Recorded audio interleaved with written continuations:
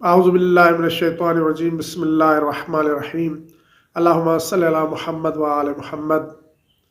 کیا مزاروں پر سجدہ کرنا حلال ہے یا حرام؟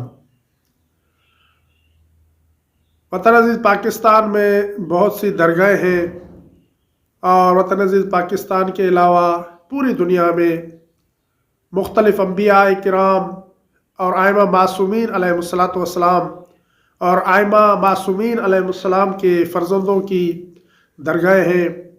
وہاں پر ہم نے دیکھا ہے کہ کچھ لوگ جاتے ہیں اور جا کر سجدہ کرتے ہیں، نماز پڑھتے ہیں۔ عموماً یہ سوال پوچھا جاتا ہے کہ جو لوگ وہاں جاتے ہیں اور جا کر سجدہ کرتے ہیں یا نوافل پڑھتے ہیں، تو یہ نوافل پڑھنا جائز ہے یا نہیں ہے، یہ سجدہ کرنا جائز ہے یا نہیں ہے؟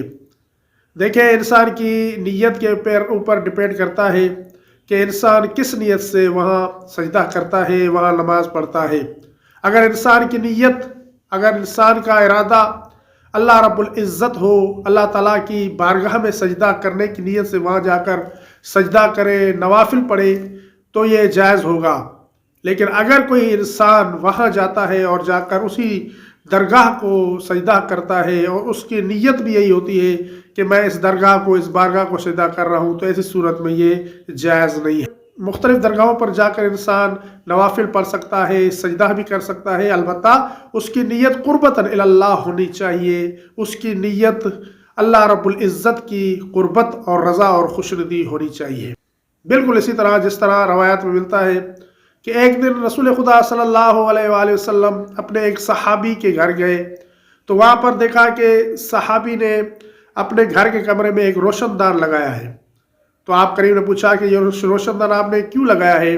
تو اس صحابی نے بتایا کہ یا رسول اللہ، میں نے یہ روشن دان اس لیے لگایا ہے تاکہ یہاں سے روشنی آئے۔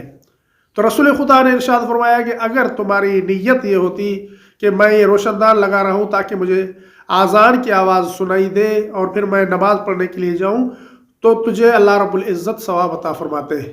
الاعمال بالنیات، اعمال کا دار و مدار نیتوں پر ہے۔ اس لیے انسان کو چاہیے کہ جب بھی کوئی کام کرے تو نیت صرف اور صرف رضا الہی اور خوشنودی پروردگار ہونی چاہیے۔